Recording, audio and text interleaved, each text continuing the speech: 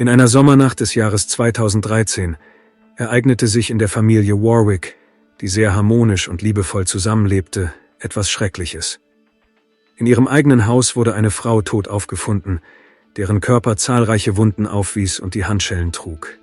Die Ermittler nahmen sofort die Arbeit auf, allerdings gab es zu wenige Hinweise, um die Tat aufzuklären.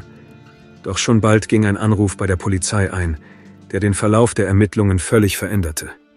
Er führte zu einer Person, die die Ermittler nicht einmal im Verdacht hatten. Für Lila Warwick war die Familie das Wichtigste im Leben. Sie liebte ihre Angehörigen und Freunde von ganzem Herzen und strahlte mit ihren blauen Augen alles um sich herum an. Lila war voller Lebensfreude und Energie, sie war gerne aktiv, arbeitete hart und half anderen. Sie engagierte sich ehrenamtlich in der Schule und arbeitete viel in der Kirche, wo sie sich um Vorschulkinder kümmerte. Außerdem sang Lila im örtlichen Chor und war immer bereit, denen zu helfen, die Unterstützung brauchten. Der Glaube, die Familie und die Hilfe für ihre Mitmenschen waren das Wichtigste in Lilas Leben. Die Türen ihres Hauses standen Familie und Freunden immer offen. Sie wuchs auf einer Familienfarm in Minnesota auf. Als sie 19 Jahre alt war, lernte sie Robert kennen. Sie verliebten sich auf den ersten Blick und heirateten fast sofort. Im Jahr 1969 zogen Lila, Robert und ihre Kinder Sherry und Kent nach Wilmer, Minnesota. Doch das Glück dieser harmonischen Familie wurde jäh zerstört, als Robert nach 17 Jahren Ehe im Alter von nur 44 Jahren an einem Herzinfarkt starb. Die ganze Familie litt sehr unter dem plötzlichen Tod des Mannes, am meisten jedoch sein Sohn Kent. Er konnte seine Trauer nicht bewältigen und wurde unmöglich im Umgang. Als er in der Abschlussklasse war, hatte er eine Freundin, die schwanger wurde. Kent und seine Freundin wollten heiraten, aber Lila und die Eltern waren der Meinung, dass sie noch zu jung waren. Deshalb entfernte sich Kent nach dem Schulabschluss von seiner Mutter.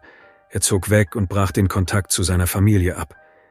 Seine Familie hatte immer das Gefühl, dass er vor etwas floh, als wäre er mit sich selbst nicht im Reinen und vielleicht einfach nur Schuldgefühle wegen des Todes seines Vaters hatte. Trotz des Verlusts ihres Mannes und ihres Sohnes fand Lila Trost bei ihren Freunden. Viele Freunde aus der Kirche unterstützten sie, auch ihre Familie und Kollegen standen ihr zur Seite. Und bald darauf kam eine neue Liebe in Lilas Leben, ihre Enkelkinder. Lila war eine großartige Großmutter, einfach wunderbar. Sie kam zu den Geburtstagen ihrer Enkelkinder, beschenkte sie, besuchte ihre Schulveranstaltungen und gab sich alle Mühe. Sie war gütig und liebevoll. Plötzlich, Jahre nach seiner Abreise und dem Verlust des Kontakts, kehrte Lilas ältester Sohn Kent zurück. Er kam mit seiner neuen Frau Jennifer und 3 Kindern, Rian, Roby und Rain. Das kam sehr überraschend, denn seine Familie hatte seit vielen Jahren nichts mehr von ihm gehört. Doch wenige Wochen nach seiner Rückkehr verschwand Kent erneut. Diesmal ließ er seine Frau und seine 3 Kinder zurück. Lila zögerte nicht lange und bot ihr ihre Hilfe an. In dem Frauenhaus am Rande von Wilmore fühlten sich ihre Enkelkinder sehr wohl. Wenn Lila nicht gerade Kekse backte oder mit der ganzen Familie im Chor sang, war sie in der benachbarten Kirche anzutreffen. Seit 40 Jahren war sie ehrenamtlich in der lutherischen Christ the Redeemer Church tätig. Diese Tätigkeit war ihr sehr wichtig. Deshalb waren die anderen Freiwilligen besorgt, als sie am 29. Juli 2013 nicht zur Versammlung erschien. An diesem Tag sollte Lila ihre Enkelin abholen, aber sie reagierte nicht auf Anrufe. Ein Streifenpolizist wurde zu Lilas Haus geschickt, aber er konnte nicht hineinkommen. Der Polizist sah das Auto durch das Garagenfenster, aber alle Fenster und Türen waren von innen verschlossen. Dann fand er im Telefonbuch eine andere Verwandte der Warwicks, die in der Nachbarschaft wohnte, Jennifer Warwick mit ihren Kindern Robbie, Ryan und Ryan. Die Polizei versuchte Lilas Schwiegertochter zu erreichen, aber sie war bei der Arbeit. Es gelang ihnen, Robbie Warwick zu erreichen, der zu diesem Zeitpunkt etwa 17 Jahre alt war. Der Hilfs-Sheriff teilte Robbie mit, dass die Polizei zu Lilas Haus gekommen sei, um nachzusehen, ob alles in Ordnung sei und dass sie das Haus nicht betreten könnten. Er nannte den Code für die Garage und die Polizisten gingen hinein.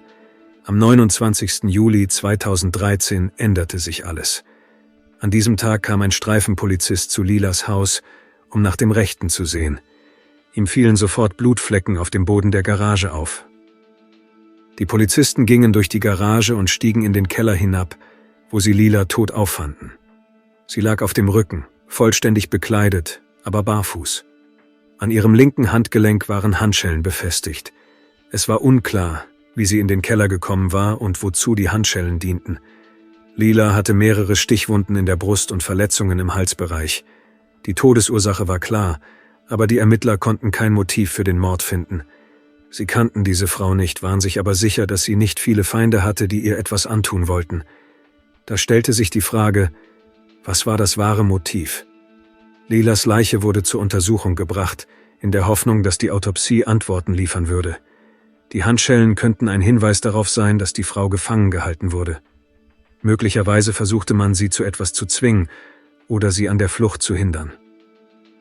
Als die Polizisten in den ersten Stock gingen, fanden sie dort zahlreiche Blutstropfen, von denen einige ziemlich groß waren. Die Spuren führten in die Küche. Dort befand sich noch mehr Blut, insbesondere in der Nähe des Waschbeckens. Die Ermittler vermuteten, dass der Kampf in der Garage begonnen und in der Küche fortgesetzt worden war, da die blutigen Spuren dorthin führten.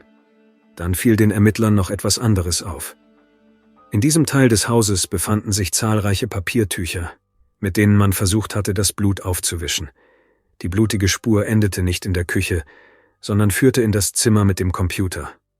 Auf der Computermaus und auf der Mausmatte befand sich eine große Menge Blut. Wer den Computer benutzt hatte, war offensichtlich verletzt.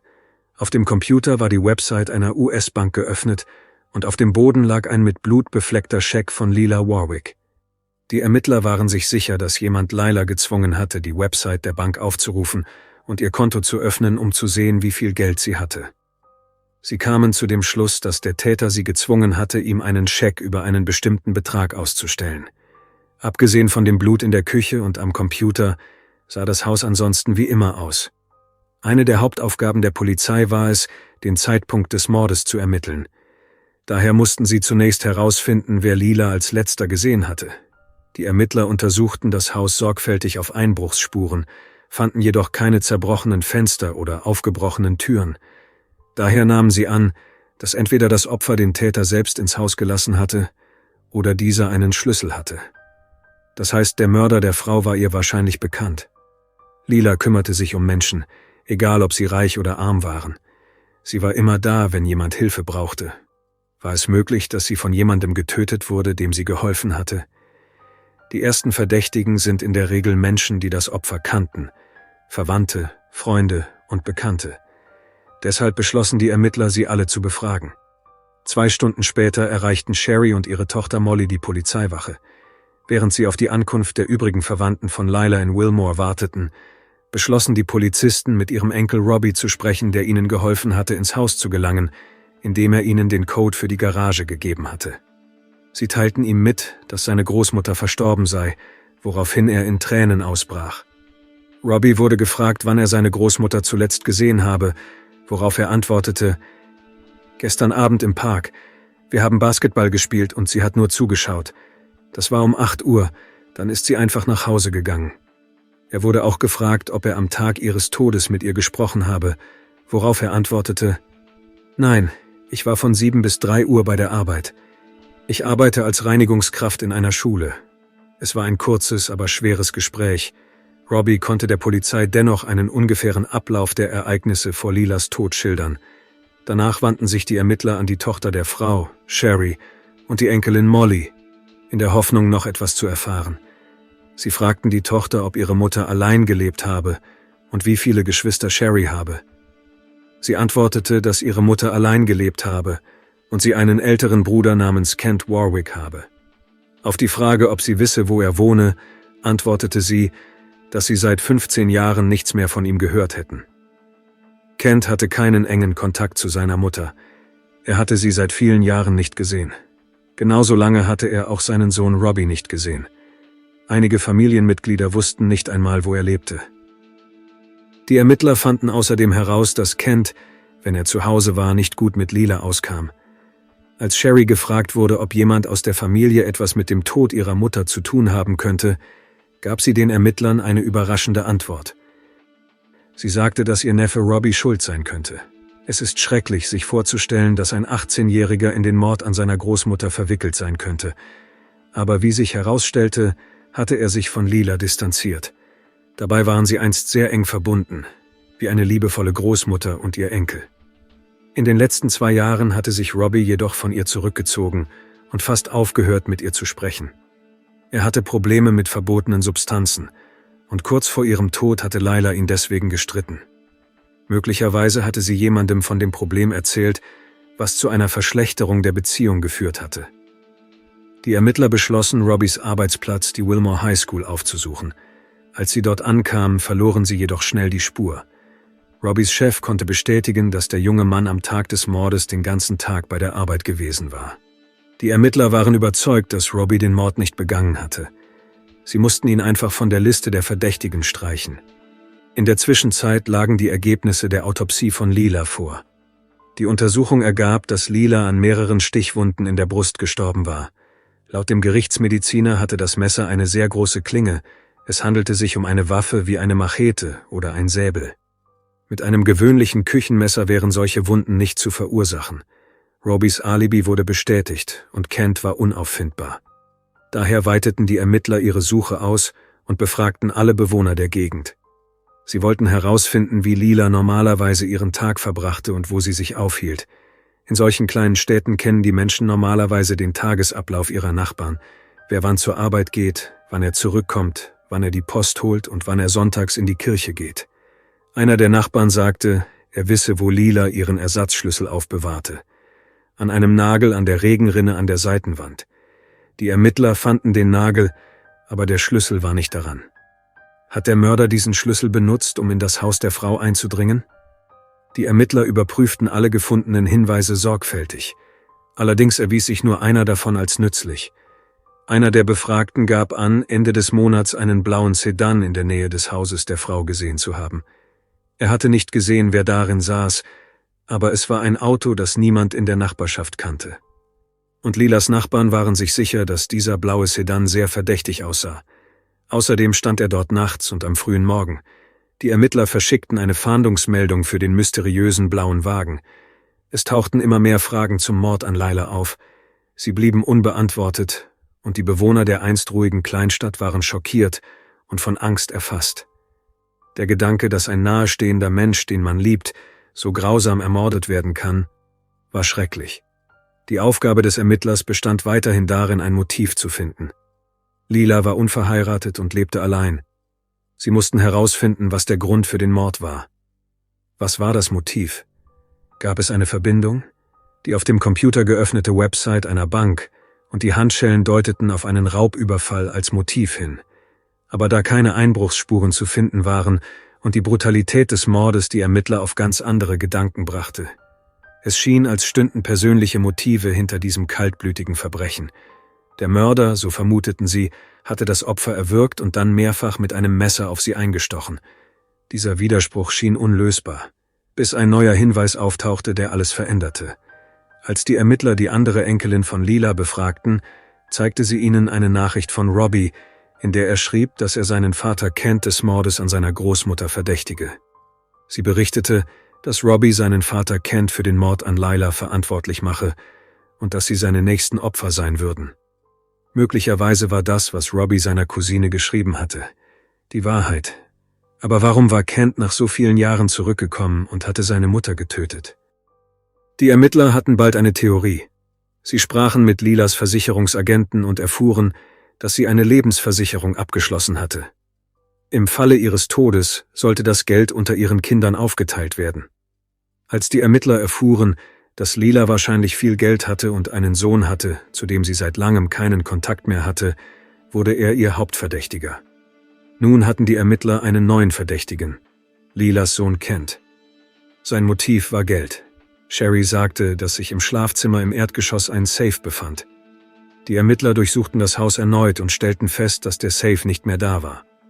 Auf dem Teppich waren Spuren von etwas Schwerem zu sehen, und sie nahmen an, dass er dort gestanden hatte. Doch bevor die Ermittler ihre Vermutungen überprüfen konnten, rief ein junger Mann namens Jay Hooker bei der Polizei an und sagte, er habe wichtige Informationen zum Mord an Lila. Sie verabredeten sich mit ihm an seinem Arbeitsplatz. Während dieses Treffens erwähnte Hooker einen gewissen Brock Jonkermeyer. Die Ermittler kannten ihn nicht, aber in den Polizeiakten gab es zahlreiche Informationen über seine Straftaten. Hooker teilte den Ermittlern mit, dass Jonkermeyer ein Freund von Robbie Warwick sei. Brock war tatsächlich mit Jungs im Alter von 15 oder 17 Jahren befreundet, selbst war er 19 Jahre alt. Im Laufe des Gesprächs erzählte Jay Hooker dem Sheriff-Assistenten, dass er Robbie am Tag nach dem Mord gesehen habe. Dann sagte der Mann etwas, das den Verlauf der gesamten Ermittlungen veränderte. Er schlug Jonker vor, ihm zu zeigen, was er gestern getan hatte. Dieser bat ihn dorthin zu fahren. Jonker fuhr in die Gegend, in der Lilas Haus stand. Sie fuhren an dem Haus vorbei und er sagte ihm direkt, dass er sie getötet habe. Er sagte, er sei gegen 3:30 Uhr in das Haus eingedrungen und in den Keller gegangen. Er habe dort gesessen, bis sie hereinkam, sie dann an der Kehle gepackt, ihr in die Hand geschnitten und sie gezwungen, die Seite ihres Bankkontos aufzuschlagen. Während dieses Gesprächs erzählte Jay der Polizei etwas über den Tatort, das nur der Mörder wissen konnte. Die Ermittler begannen, nach Beweisen für Jays Geschichte zu suchen. Ein paar Tage später kam ein anderer Freund von Jonker und sagte, er habe sein Geständnis heimlich auf seinem Handy aufgezeichnet. Auf die Bitte der Polizei um Erlaubnis, die Audioaufnahme anzuhören und aufzunehmen, antwortete er positiv. Darin hieß es, dass er einfach um das Auto herumgegangen sei und die Treppe in der Garage hinuntergegangen sei. Ihr Keller ist mit dem Haus verbunden. Sie bat ihn, das nicht zu tun und sagte, Gott werde ihm helfen.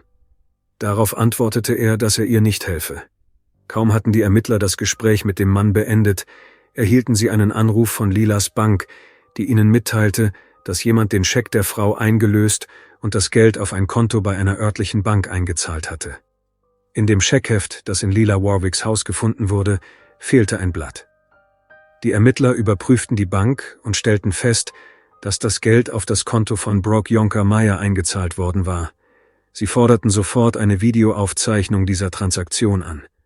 Nachdem sie das Video von den Überwachungskameras der Bank erhalten hatten, sahen sich die Ermittler es genau an.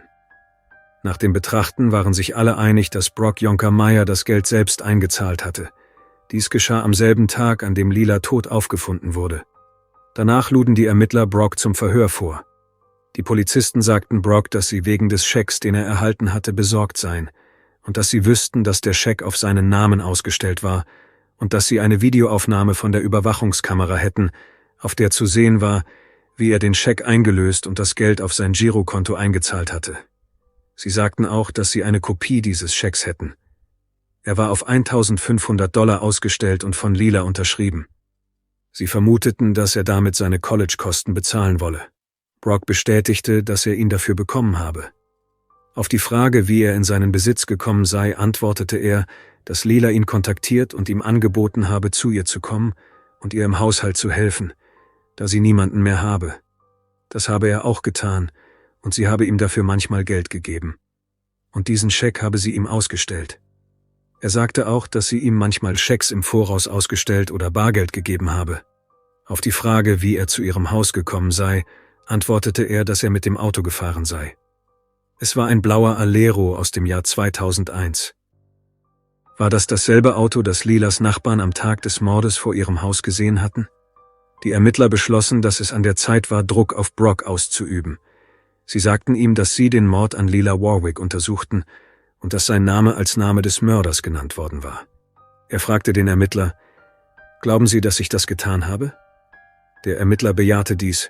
»Ja genau, wir wissen das.« Sie erzählten ihm, dass er Lila getötet habe, dass er sich in der Garage versteckt habe, sich in ihr Konto eingeloggt habe, gesehen habe, dass sie $1.500 habe und beschlossen habe, sich das Geld zu nehmen. Ihre Hände waren aufgeschnitten, sie verblutete. Dann wurde ihm angeboten, alles zu gestehen. Er wehrte sich und sagte, dass er das nicht getan habe. Als Brock alle Beweise vor sich sah, gab es eine kurze Pause. Er schien schnell alles zu überdenken, hörte dann auf, sich zu verstellen und antwortete direkt und ruhig, »Okay, ich habe sie getötet, verstanden? Ich habe Lila Warwick getötet. Ihr habt gewonnen.« Danach wurde er gebeten, zu erzählen, wie alles passiert war. Brock sagte, er sei fast 2 Stunden dort geblieben und hätte fast eingeschlafen. Sein ganzer Körper war taub. Da kam sie mit etwas Großem in den Händen herein. Sie stellte das Ding auf den Boden und dann stand er auf. Sie muss ihn aus dem Augenwinkel gesehen haben, denn sie drehte sich um. Sie stand etwas entfernt und er sagte etwas wie, »Auf den Boden!« Nun, vielleicht nicht ganz so. Er befahl ihr, sich auf den Boden zu legen. Sie schrie auf. Er wiederholte es noch einmal. Sie schrie erneut und rannte diesmal zur Tür. Sie drehte ihm den Rücken zu und da rannte er auf sie zu und griff sie an. Er hatte Handschellen dabei. Er legte ihr eine an, aber die zweite konnte er nicht schließen. Es gelang ihm nicht. Irgendwann wechselte er das Messer von einer Hand in die andere und versuchte, ihr die Handschellen anzulegen, aber ihre Handgelenke waren blutig. Da sagte sie, »Nicht. Ich werde tun, was du sagst.« Nach diesem Kampf in der Garage gingen sie in die Küche und Brock versuchte Lila zu zwingen, ihm einen Scheck auszustellen. Zuvor überprüfte er ihr Bankkonto, aber der erste Scheck war mit Blut verschmiert. Sie lief mehrmals zwischen der Küche und dem Computer hin und her, weil ihre Hände bluteten. Sie konnte nicht einmal tippen. Dann versuchte er, die Blutung zu stoppen und zwang sie, einen anderen Scheck auszustellen, über $1.500. Die Ermittler hatten nicht das Gefühl, dass Brock Reue empfand. Er bereute nichts, schämte sich nicht und erzählte ihnen einfach, was er getan hatte. Brock wurde gebeten, zu demonstrieren, wie er die Messerstiche ausgeführt hatte, und er zeigte, dass er von oben, von links, von rechts, in die Seite und sogar in die Mitte gestochen hatte. Insgesamt waren es 6 Stiche. Die Stiche waren so heftig, dass das Messer im Boden stecken blieb. Auf die Frage, ob er sicher gewesen sei, dass sie tot war, antwortete er, dass sie noch geatmet habe. Aber er dachte, dass sie an ihrem Blut ersticken oder einfach zu viel Blut verlieren und sterben würde. Er sprach darüber mit solcher Gleichgültigkeit, als wäre es ihm egal gewesen. Nach Angaben der Ermittler war dies eines der detailliertesten Geständnisse, die sie je gehört hatten. Aber ein Detail beeindruckte sie besonders, nämlich der Moment, als er das Haus betrat. Brock benutzte einen Ersatzschlüssel, der an einem Nagel hing, wie Lila es gewöhnlich tat. Robbie hatte ihm davon erzählt. Brock gab an, dass Robbie Warwick ursprünglich auf ihn zugekommen sei. Er erzählte ihm, dass seine Großmutter eine beträchtliche Summe Geld habe und dass sie ausrauben und töten müssten. Es war Winter 2012. Brock hatte nicht besonders viel Geld. Robbie auch nicht. Aber er hatte eine Zeit lang mit verbotenen Substanzen gedealt. Und Robbie sagte einmal zu Brock, »Ich mag meine Großmutter nicht. Ich habe sie satt. Und sie hat viel Geld.« Brock war überrascht, aber Robbie sagte, dass es wahr sei. Er sagte, dass sie etwa 60.000 habe. Dann schlug Robbie ihm vor, sie zu töten. Er lehnte ab, aber Warwick bestand darauf. Er antwortete, dass er sie ausrauben könne, aber Robbie meinte, dass sie dann verstehen würde, wer schuld sei. Robbie plante den Raub und Mord an seiner eigenen Großmutter. Das war eine schockierende Wendung, aber Brock erzählte noch nicht alles. In seinem Geständnis sagte der Junge, dass er nach dem Mord Lilas Haus verlassen habe, aber später am selben Tag mit Robbie dorthin zurückgekehrt sei. Sie gingen nach oben ins Haus und fanden den Safe. Brock sagte, er habe ihn aus dem Haus getragen. Sie verließen den Tatort und versuchten, ihn zu öffnen. Der Safe wurde in Brocks Haus in Jonkermeyer gefunden, wo er mit seinem Vater lebte. Dort wurden weitere wichtige Beweise gefunden, darunter Schuhe in einem Mülleimer, die er laut eigenen Angaben zum Zeitpunkt des Mordes getragen hatte, sowie zahlreiche Dokumente. Auf einigen verkohlten Blättern stand der Name Lila Warwick. Sie stammten offensichtlich aus dem Safe. Nach seinem Geständnis erklärte sich Brock bereit, den Ermittlern zu zeigen, wo er die Tatwaffe entsorgt hatte. Zusammen mit der Polizei fuhr er ans andere Ende von Wilmore, außerhalb der Stadt, wo ein großes Messer gefunden wurde, das später als Tatwaffe identifiziert wurde. Aufgrund von Brocks Geständnis, Lila Warwick ermordet zu haben, sowie seiner Aussage, dass diese Idee von ihrem Enkel Robbie gekommen sei, wurde dieser zur Vernehmung festgenommen. Er wurde gebeten, über die Ereignisse zu berichten. Robbie sagte, dass Brock ihm zunächst gesagt habe, er werde ihr nichts antun. Er wolle sie nur erschrecken und ihr drohen. Er betonte auch, dass er die Fragen des Ermittlers ehrlich beantworte. Der Polizist fragte auch, ob sie darüber gesprochen hätten, was passiert sei. Robbie antwortete, dass Brock sie getötet habe, aber er habe ihn gebeten, ihm nicht zu erzählen, wie es passiert sei, weil er es nicht wissen wolle.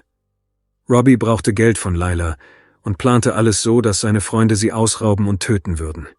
Die Detectives waren überzeugt, dass er, als er Brock Jonkermeyer traf, erkannte, dass Brock dazu in der Lage war. Brock sagte Robbie nicht, dass er vorhatte, die alte Frau zu töten. Er sagte nur, er würde sie fesseln und im Keller einsperren. Er glaubte nicht, dass sie entkommen könnte. Robbie selbst war zum Zeitpunkt des Mordes nicht dabei, er war zu Hause. Am nächsten Morgen rief Brock ihn an, aber der Junge hatte sein Handy zu Hause liegen lassen. Als Robbie zurückkam, wusste er, dass der Mörder ihn angerufen hatte, und fuhr zum Haus. Robbie rief Brock an, damit er ihn abholte, und sie fuhren zu ihrem Haus, um den Safe zu holen. Er legte den Safe in den Kofferraum und sagte, er würde ihn selbst öffnen. Robbie willigte ein, denn er fühlte sich unwohl, als er zu seiner Großmutter ging. Dann fuhr er ihn nach Hause. Lilas Angehörige konnten nicht verstehen, wie man einem Menschen, der so viel Gutes für einen getan hat, so etwas Schreckliches antun kann. Sie konnten einfach nicht glauben, dass der Enkel der Frau daran schuld war. Aber Jonker Meyer hatte noch eine Überraschung für die Familie parat. Im Gerichtssaal wurde es still, als Brock mitten im Prozess plötzlich seine Aussage änderte. Um Lilas Familie die Details des Mordes zu ersparen, bekannte sich Jonker Meyer des Mordes 1. Grades schuldig, nicht des Mordes 2. Grades. So schrecklich das auch klingen mag, es war eine noble Geste. Er hatte seine Strafe verdient und war sich dessen wahrscheinlich selbst bewusst. Infolgedessen wurde Brock zu lebenslanger Haft ohne Möglichkeit auf vorzeitige Entlassung verurteilt. Die Familie wurde auch von einem Prozess gegen einen Verwandten verschont, als Robbie einen Deal mit dem Staatsanwalt aushandelte und eine lebenslange Haftstrafe mit der Möglichkeit einer vorzeitigen Entlassung nach 30 Jahren erhielt. Trotz des Schmerzes, den er ihnen zugefügt hat, erinnert sich Lilas Familie an ihre wichtigsten Werte: Liebe und Vergebung. Etwa ein Jahr nach dem Tod der Frau konnten sie Robbie vergeben.